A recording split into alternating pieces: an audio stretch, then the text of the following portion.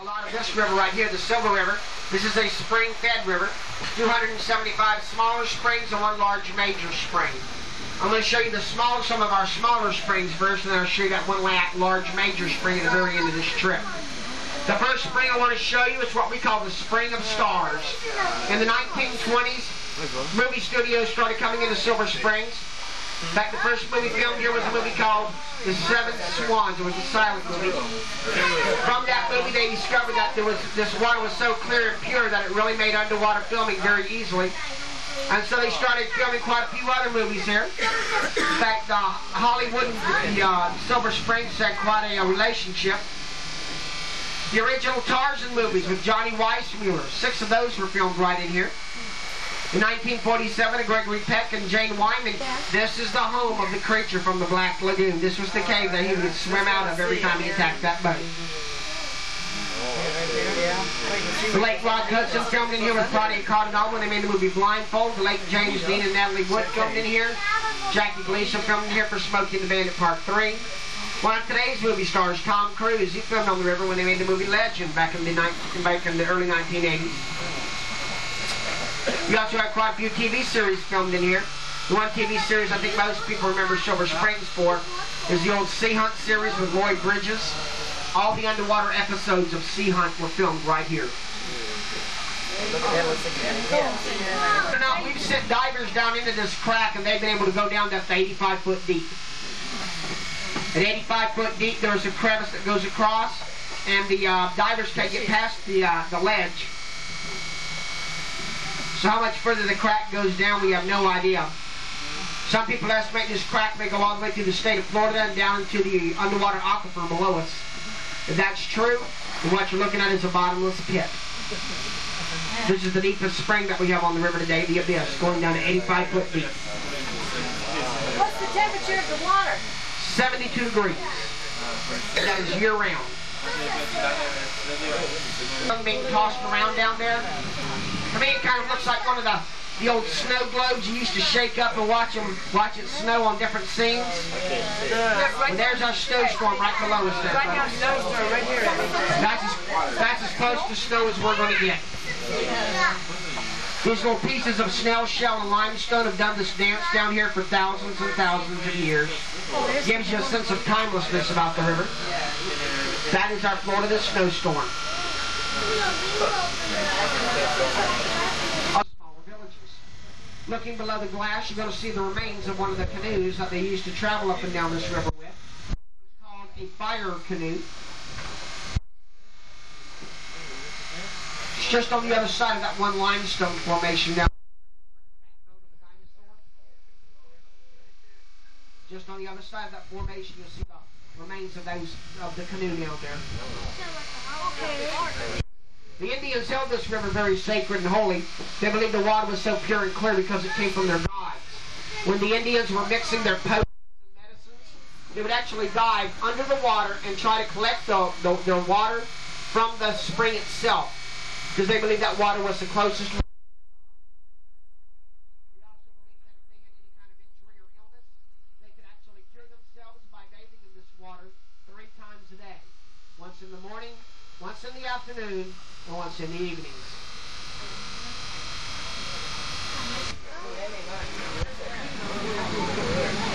Take a look below us, you'll see the blue grotto down here now.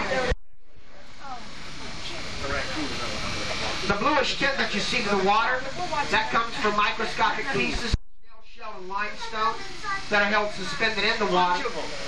When the sunlight hits these microscopic pieces of snail shell and limestone, it gives the bluish tint that you see in the water.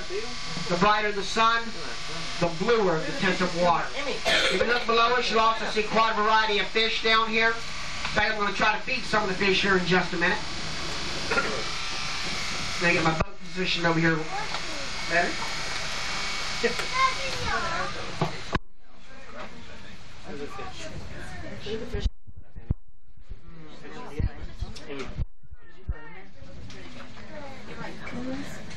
Keep watching below the glass. Hey, watch. Hey, watch fish. Oh, look at the foot coming out. Look at all the fish coming out. That's why.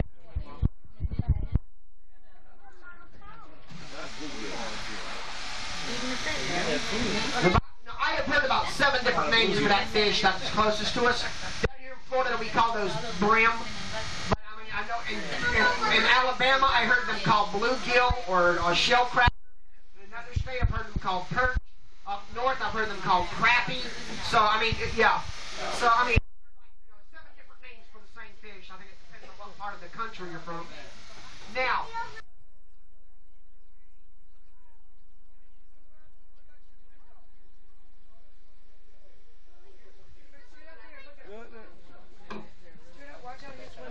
those raccoons, folks, they are not starving to death. That's what they want you to think. They're fed very well by our wildlife staff twice a day, once in the morning and once in the afternoon. Of course, you can never convince these raccoons that we give them enough food. They swear that we don't. Now, towards the front of the boat, you're going to see a large... We used to bottle the water out of that big main spring and sell it to local grocery stores. They don't do that anymore, though, for economic reasons. The temperature of the water, in case y'all didn't hear, was 72 degrees, and that is year-round, winter or summer.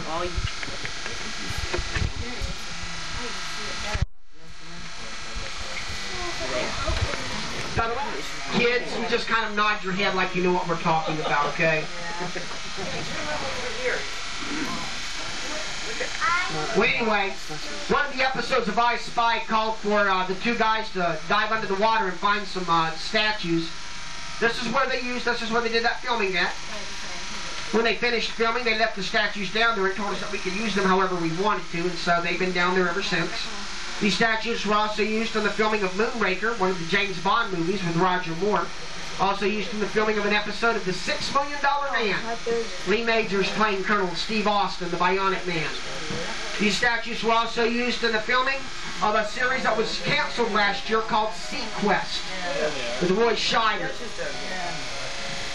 Those of you that watch some of the ABC soap operas, the soap opera One Life to Live, those statues were also used in the filming of that soap opera. They were on location. And we leave. See this bird over here? This white bird in the bushes? That's the American egret. The member of the heron family. The other little bird beside him is an ibis. I don't know if y'all saw him or not. Those two birds always hanging out together. It's strange. Those not... You see him? Oh, yeah. One of those deep safari shorts or something. Zebra. Redhead is a moorhen. These little birds right here, they'll catch a fish the size of my hand right here and swallow them head first and whole. Share a little story with you about those pipe-bill greedy little brown diamond birds. Like I say, we only get them in the last part of the year. I didn't really know what they were. I used to try to overlook them, but they would take off and run across there and run across there. See that sharp beak? He stabs his fish with that sharp beak. Here, you're going to find the largest breed of owl in America, called the great horned owl. And to the right-hand side on the windowsill there, you're going to find a barred owl. Not much more common here in Florida. Now, owls kind of stand out in the bird family. One of the reasons that makes them so unique is the fact that they're the only animal you'll find anywhere who go out of their way to eat a skunk. Alligators prefer to fish in the birds. It's more snake birds right there. Once again, those are moorhens, the smaller birds. They have feet just like a chicken, but they spend most of their life swimming. Those little birds with orange red shit. They call them water chickens. And I'm about to run you folks over a sunken ship. This ship's been down here 11 years, 16 feet now. Burt Reynolds used it in a movie called Risky Renegades. Jerry Lewis used it in a movie called Don't Give Up the Ship.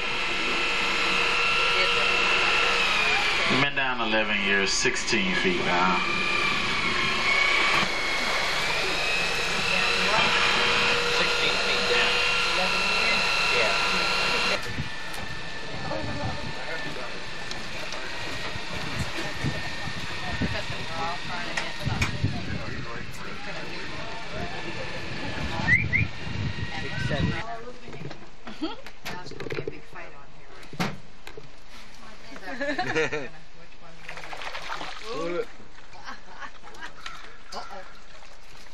don't think you want to go over there, bird.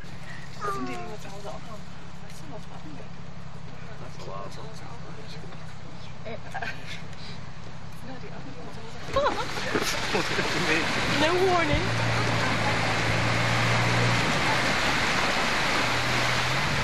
Oh, it is soggy over there. Our boat, that's a sable antelope. Beautiful animal, sable antelope. He's got his arms out.